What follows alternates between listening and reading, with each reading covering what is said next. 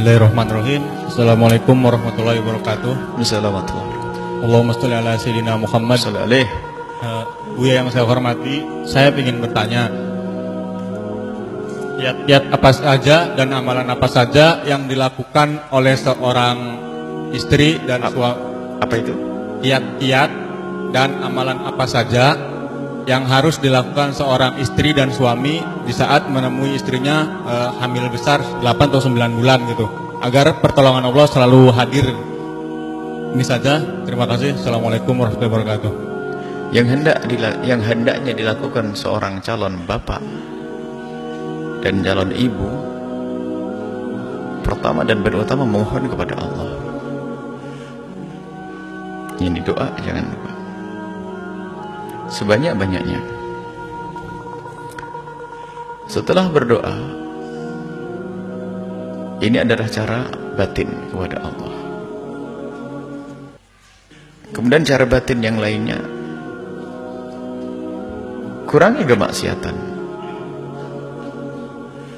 Karena apapun yang dilakukan dari kemaksiatan itu ada pengaruhnya kepada janin itu sendiri. Tontonan seorang istri apa yang ditonton, dilihat, ada pengaruhnya. Jadi mendidik anak itu, kalau kita bicara tentang pendidikan anak, mendidik anak sebelum terlahir, mendidik anak saat dalam kandungan, mendidik anak saat lahir, mendidik anak di saat mulai berbicara, mendidik anak saat mulai akil balik, mendidik anak di saat anak itu melanggar, itu ada. Di dalam kandungan sudah dididik, jangan mengatakan anak belum lahir. Sudah ada. Apalagi saat sudah ditiupkan ruh. Ruhnya akan mendengar. Ruhnya akan faham kalau kita ajak bicara yang baik. Kita ajak bicara yang baik dengan panjatan doa, ya Allah, memegang perut istrinya sambil mendoakan dengan doa yang semoga menjadi anak yang soleh. Kita paparkan di hadapan Allah cita-cita mulia, semoga menjadi seorang pejuangnya Nabi Muhammad, dijaga hatinya, dijaga ini, terus kita panjatkan. Diam gitu. Ibunya nonton sinetron juga tahu tuh. Jadi membuat perubahan saat ini. Kemudian selanjutnya maknawi, rizki yang halal. Ketiga, berusaha sebisa mungkin dengan rizki yang halal. Jangan sampai kalau melakukan kebaikan menunda. Itu keterlambatan sebetulnya. Nanti berubah kalau sudah lahir saja deh. Nanti berubah kalau sudah menikah saja deh. Nanti berubah kalau, lah mau berubah kok nunggu nanti, ini mana tobat? Ada. Nanti aja kalau sudah anaknya lahir baru membuat perubahan. Kalau sudah anaknya lahir, karena dianggap anak sebagai saksi, sebagai orang yang bakal hadir di tengah-tengah kehidupan kita. Jauh-jauh sebelum anak lahir sudah kita pikirkan kita. Saya harus membuat perubahan ini. Karena perubahan itu maknawi dulu. Hati kita merindukan perubahan. Mulai saat itu. Mulai di pekerjaan, mumpung anak saya belum terlahir nih, aku harus mulai membuat perubahan. Masih anak saya di dalam kandungan. Ada sebagian orang membuat perubahan nunggu nanti. Ini unik. Dia sadar, nah, berubah saja kok nunggu nanti. Sebenarnya dia tahu kalau dia tidak baik. Kenapa kok nanti dulu kalau sudah anaknya lahir? Ada sebagian kalau sudah dapat pekerjaan. Ada sebagian misalnya kalau sudah menikah, nunggu perubahan dan menikah. Perubahan saat ini. Hidupnya menjalankan syariat Nabi SAW di rumah. Karena nur syariah itu, cahaya, akan masuk ke anak-anak kita, akan dipahami oleh roh anak kita. Jadi dari situ kita sudah membuat perubahan yang baik. Dan momen itu momen baik, sebab ada syukur, ada kebahagiaan, ada luar biasa dengan istri mengandung. Aku harus sering baca Al-Quran. Dulu mah jarang, sekarang ada aja bayi. Baca, diniatkan semoga Al-Qurannya akan menjadikan sebab kemuliaan anaknya. Terus didoakan, doakan. Ini. Kemudian rizki yang halal. Kemudian harus menambah kelembutan kepada istri yang mengandung. Dan kita tahu biasanya istri tambah ya, porsi ngalemnya tambah, karena merasa dia ngandung sendiri, suami enggak. Biasanya ada apa namanya, ngidam ya, nggak tahu itu ngidam bener dah ini ibu-ibu ini, atau protes sebetulnya. Enak aja kamu udah hamil, saya suruh hamil, mau minta es campur, no. Sudahlah, dituruti saja itu, asalkan halal dan ada rezeki, turuti.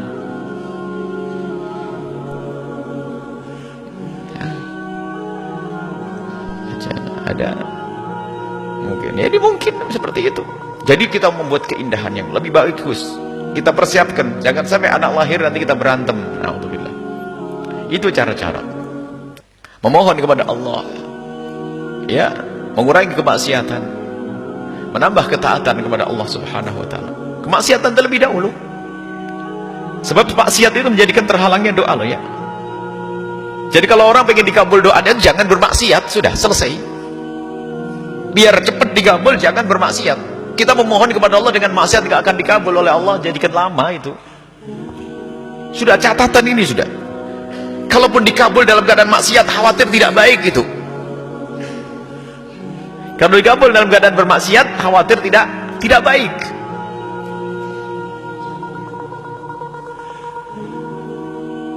Gapai tujuan kemuliaan itu dengan meninggalkan kemaksiatan. Ada orang hanya melakukan ketaatan. Saya pengen dikabul, pengen punya anak, yuk umroh, doa di sana. Ngapain jauh-jauh doa di sana?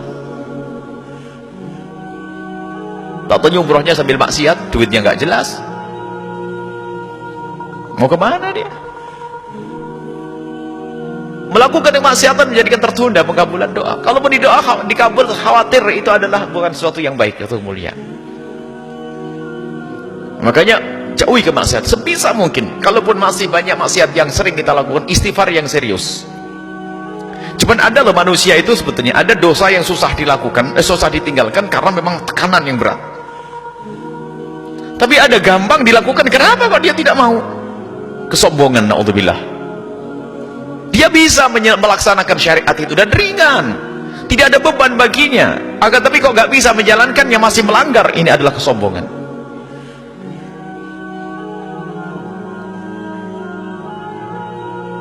Kita kalau sudah mudah, kita harus makna mudah ya.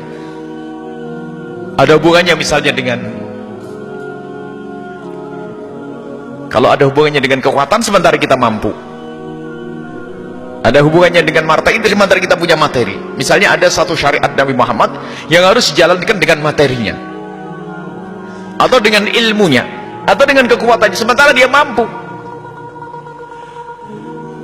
Wajib bagimu untuk menghilangkan kemaksiatan dengan kekuatanmu. Kamu mampu.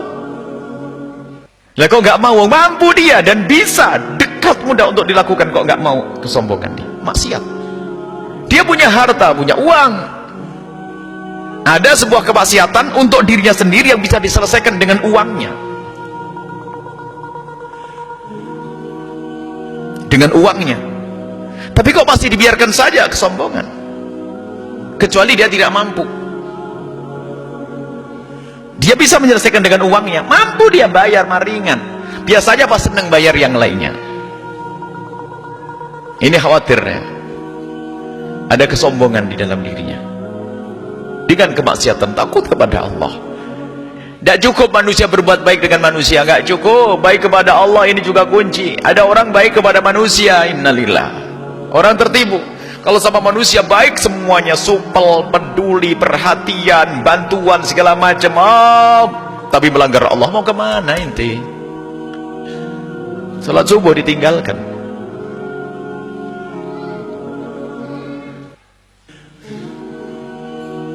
Termasuk sebentar lagi Lebaran, kami sampaikan kepada semua. Sebentar lagi Lebaran, biasanya kita saling memberi hadiah. Apa yang baru, yang mestinya kita berikan kepada orang yang bekerja dengan kita? Beri hadiah yang bermanfaat.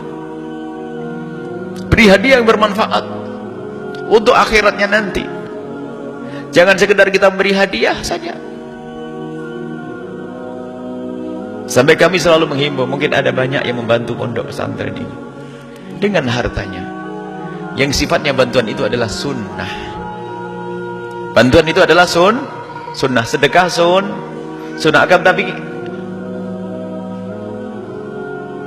menutup aurat pembantunya adalah wajib. Lebih baik daripada untuk nyumbang pondok, untuk memastikan pembantunya agar menutup auratnya, hentikan bantu pondok. Karena apa? Menutup aurat pembantu hukumnya wajib. Tinggal nambah belikan kerudung, harganya 250.000 kali 3, 750, 1 juta. Wah, kalau ada pembantu bajunya 250.000, kalian seneng enggak? 4 lagi, 1 juta. Bisa bantu di pondok 20 juta. Ngerudungi pembantunya nggak mau ini. Hawa nafsu di sini. Makanya harus kita sampaikan di sini kepada ibunda kami yang sangat kami cintai, ayahanda kami yang senang bersedekah, ketahuilah. Karena di dalam rumahmu tidak boleh ada kemaksiatan. Satu pembantu yang membuka aurat, semua anak laki-lakimu bermaksiat, suamimu bermaksiat, semuanya bermaksiat. Kami tidak rela jika ada orang di sini bersedekah banyak-banyak ternyata. Kecuali sudah berusaha pembantunya bandel. Ada pembantu dikasih, dijual bu ya. Astaga. Dijual. Dijual masih lumayan, ada termasuk buya dipotong. Nah ini sudah berusaha, terus berusaha. Dan harus ada batas waktunya, Neng. Saya menginginkan kamu itu selamat, Neng, masuk surga, Neng. Kalau kamu seperti itu kelihatannya, ikatan kerja kita harus kita akhiri. Saya cinta kepada kamu, pengabdianmu baik, kerjamu baik, tapi kamu belum menutup aurat. Di sini tidak boleh ada dosa, Neng. Mungkin 2 bulan lagi kamu sudah tidak ada sini. Berpikir ya. Dengan bahasa lembut. Kok kalah kita dengan perusahaan yang kafir, mewajibkan karyawannya semuanya pakai rok pendek dan rambut dipotong pendek, kalau buat panjang dilipet, pokoknya lehernya kelihatan. Ada ya di Cirebon. Perusahaannya milik orang kafir, semua karyawatinya harus pakai rok pendek. Dan yang datang anak-anak kaum muslimin, jadi kaum muslimat mau lah ini. Sebagai seorang yang di luar Islam mengundang karyawan dengan syarat bertentangan dengan agama, berani. Lah kok kita punya perusahaan, punya undang-undang yang syaratnya sesuai dengan agama tidak berani? Takut munafik kita. Saya ingatkan kepada saudara-saudara kami yang sangat kami cintai, tapi dengan halus tentunya. Pondok ini untuk cari selamat, bukan pengen digedekan bangunannya. Makanya kami selalu ingatkan, biarpun tidak secara langsung, ini insya Allah nyampe kepada saudara-saudara kami yang ada di sana. Jadi hentikan dulu nyumbang pondoknya. Yang nyumbang ada lagi orang lain, jangan khawatir. Kami lebih senang Anda menyelesaikan urusan rumah Anda, pembantu Anda, karyawan Anda, semuanya beresin. Jangan sampai kemaksiatan terus berjalan. Hawa nafsu, kalau hawa nafsu kita tidak rela. Ada orang sedekah di sini hawa nafsu. Tapi alangkah indahnya, dulu mungkin punya berapa ratus karyawan tidak pakai baju menutup aurat, sekarang menutup aurat semuanya. Allah, pahalanya ratusan orang untuk orang tersebut. Sudah kaya, sedekahnya banyak, karyawannya ahli surga. Wah, ini pangkatnya tinggi, melebihi daripada kiai yang punya pondok. Nah ini perlu diingatkan pelan-pelan. Jadi kita ketemu orang bukan untuk gendikin pondok. Insya Allah pondok gede, jangan khawatir. Tanpa bantuan dari Anda, insya Allah akan dibesarkan oleh Allah. Ingat, ini harus keyakinan. Kalau Anda mau berjuang, kita pun pengen Anda selamat. Kita pengen Anda masuk surga. Itu loh. Itu kaidah.